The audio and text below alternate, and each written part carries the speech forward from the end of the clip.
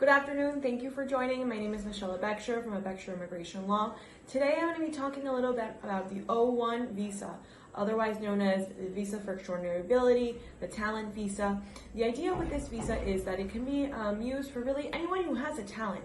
It can be used for artists, it can be used for entrepreneurs, scientists, people in the computer industry, people in the medical industry. It's really wide.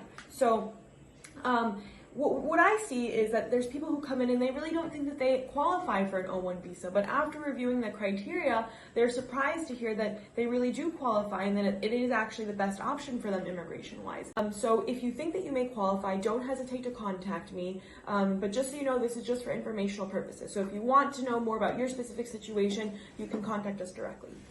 The first requirement for the O-1 visa is a sponsor. It is necessary to have a sponsor. Who can qualify as a sponsor? A sponsor can be a U.S. company here who wants to employ you. It can be a U.S. agent as well. So there really are two options. There's the O-1 visa that's an open visa, and then there's the O-1 visa that's a closed visa.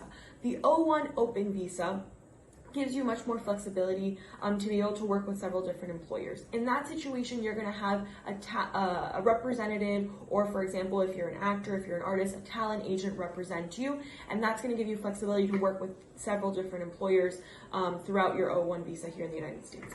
The O-1 closed visa, you'll have your sponsor. Your sponsor will be your actual employer, and you'll be limited to just working with that employer. The second requirement for the O-1 visa is the job offer. It is necessary to have a job offer. That job offer can come from your sponsor, or it can come, for example, if you have a situation where you're sponsored by a representative, it can come from someone else. You can have several job offers as well. The idea with the O-1 visa is the O-1 visa can be a maximum of 3 years, but you must demonstrate that you have 3 years of work planned here in the United States in order to be able to request those 3 years. So the idea is to show what you're going to be doing in the United States during those 3 years as part of this O-1 application.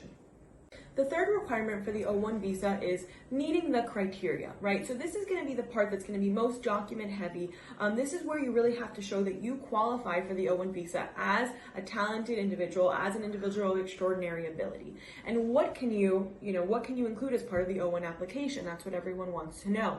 You can include, for example, if you've won awards, right? They don't have to be Grammys, Oscars, Emmy Awards. They can be, lesser national recognized awards. They can be international awards, so they don't have to be from the United States. They can be from abroad. In addition to awards, you can have press, you can have letters of recommendation that are written about you. You can show your role at your leading role or your critical role at a company, for example, at an organization. That's something that you can include as well. If you've been earning a high salary, we can submit documentation showing that you've been earning a high salary. So there really are a lot of ways that you can show that you are an extraordinary individual. And that's really something that you have to work with one-on-one with your attorney, just because what an actor has documentation-wise is going to be really different than what a computer engineer has, or what an entrepreneur has. So that's really important to work one-on-one on that process and see how to best document your career while meeting immigration's criteria. Last but not least, you need a letter from one of the unions relating to your field. So for example, for actors, a lot of times that's going to be SAG or AMPTP. It just depends really on the field that you're in. If there is no union for your specific occupation, then we can instead get a letter from a U.S. expert explaining that there is no union, but confirming that you are an individual of extraordinary ability in their opinion. So there are different ways to go about that. If you have any questions, again, do not hesitate to contact us. We'd be happy to help you with your case. My email is info@abexurelaw.com.